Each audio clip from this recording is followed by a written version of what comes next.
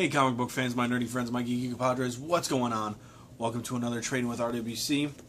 This time, we're going to look at a trio of Neil Gaiman books that I picked up not too long ago. We're going to go in order of which I read first.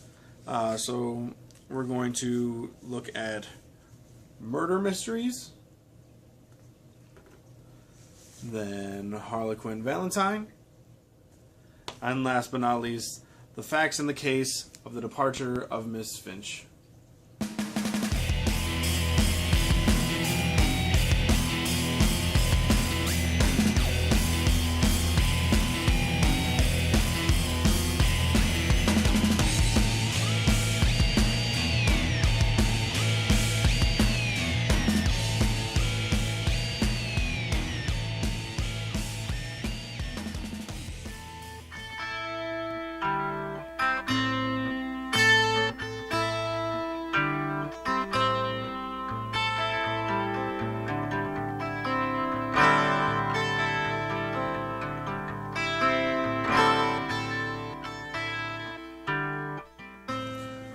Okay, so first we're going to look at Murder Mysteries. This was probably my favorite of the three, actually. Probably should have done it in a different order, but whatever. So, written by Neil Gaiman, drawn by P. Craig Russell. Basically, this book is about the beginning of the universe, as told by a vagrant, happened upon by a gentleman who, I'm trying to remember what happened. It was a while ago that I read this, actually. Happened on by a guy who was meeting up with an, I don't think it was an ex, but like a girl he was interested in the past. They had a very lovely evening,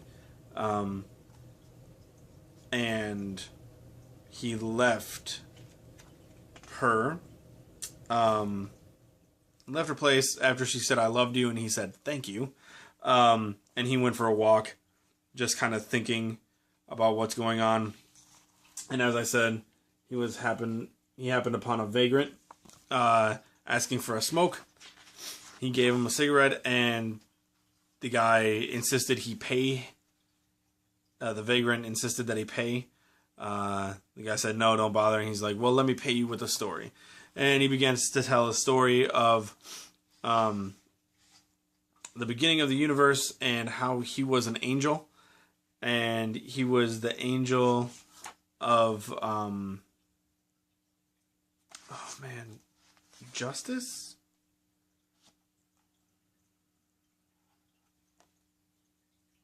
Shoot.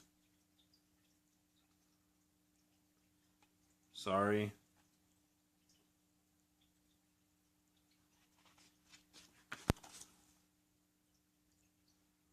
I forget, but pretty much he's the angel of God's retribution. Talked to by Lucifer, who was telling him about a murder that happened amongst the angels that were pretty much, like I said, building the universe. They were figuring out how to create death and like stuff like that, and one of the guys who was creating death, Cattail, ended up dying. It's actually kind of an entertaining sort of detective story with angels. I don't want to tell you like the ins and outs of every angel that was involved, but it was very, very cool. I really enjoyed it. I always enjoy the way Neil Gaiman writes stuff, and this was no exception. Just really cool. I showed you a little bit of the art, but let me show you something a little more impressive.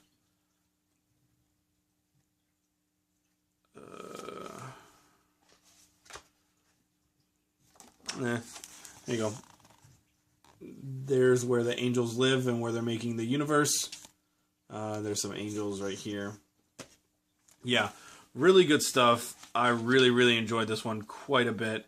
Very, very interesting. And then we have Harley Quinn Valentine, again, written by Neil Gaiman, art by John Bolton. This was like a comic book adaptation of... It is the contemporary retelling of a classic commedia dell'arte. Dell'arte. I don't know. Yeah, anyway, it is about this guy who pins his heart onto the door of this female on Valentine's Day, trying to get her attention. He pretty much is a stalker, and he's planning out how he's going to get the female to fall in love with him. She ends up eating the heart, which kind of surprised me a bit. And yeah, this one was pretty kind of crazy. I sort of enjoyed the story, but the art was not the greatest in my opinion. It looked like somebody took pictures of actual people and then decided to draw over them. It was really strange. Another thing that I wasn't a huge fan of with this book was the text. It's very, very small. Kind of difficult to read. I don't know if I get up on there for you, but it's really tiny. But yeah, not my favorite. Very interesting though. This Harley Quinn guy, pretty much just messes with everybody's life. He's kind of a joker.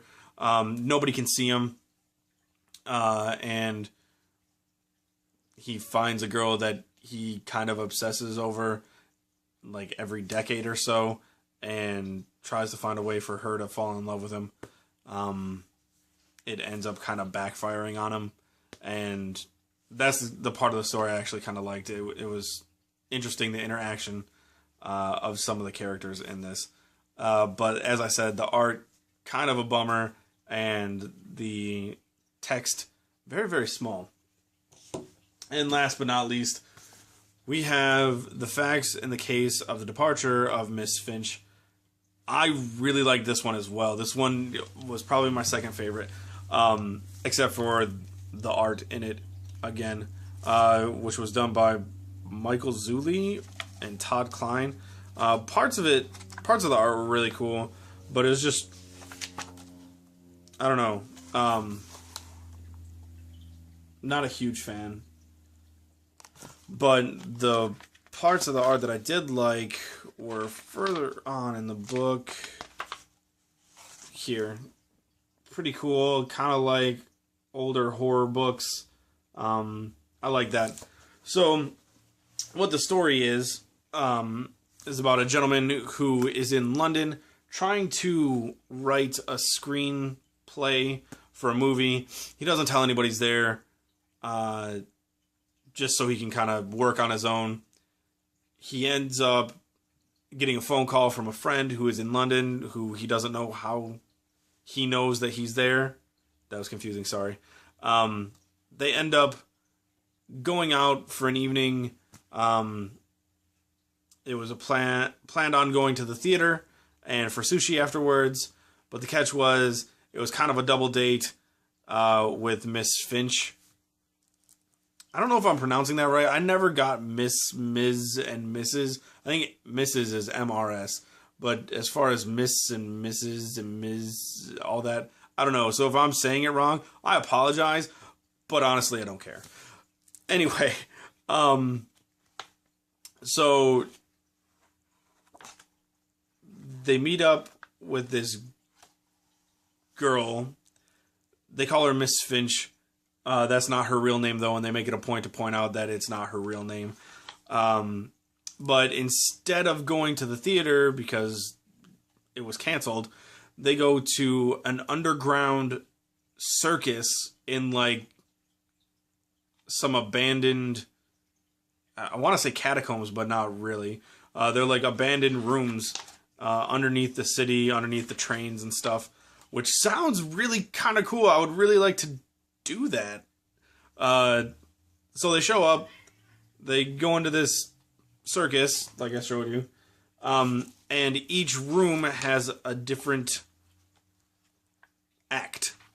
The first one is a knife thrower, second one is like a Frankenstein guy, and all throughout this circus, the main character, I forget his name, is his name Jonathan? No, Jonathan's the other guy. Shit.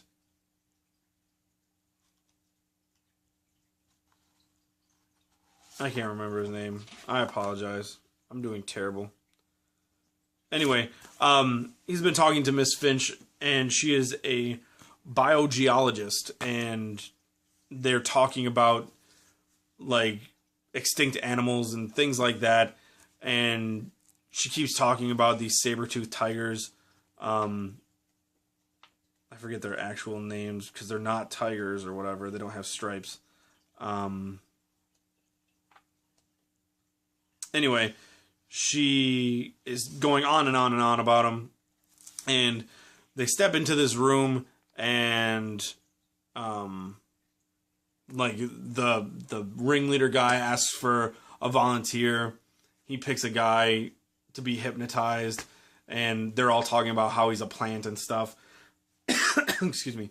And he like gets his hand chopped off in a guillotine, but it was a fake hand, and you know, kind of funny. Then they go into the next room, and they say that they're gonna pick another volunteer, and this volunteer is gonna get like their dream made for them.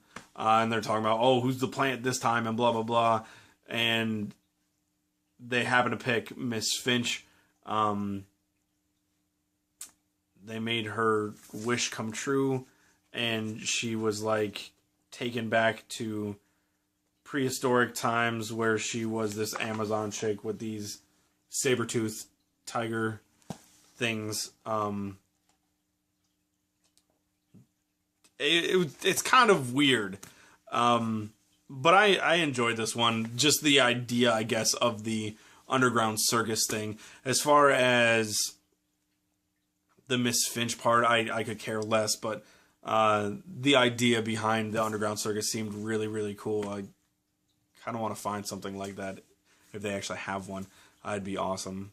But that's the last review of the books. Overall, I say I enjoyed these. Again, Harley Quinn Valentine, probably not my favorite. But the stories were at least really, really interesting. Worth the like $4 I paid for each of these. All of them hardcovers. Just pretty cool. So yeah, pretty fun books. Really, I bought them for the Neil Gaiman writing. Anyway, not the art. That's it, pretty much, I guess. Have a good one. Thanks for watching, and I'll see you next time. Bye.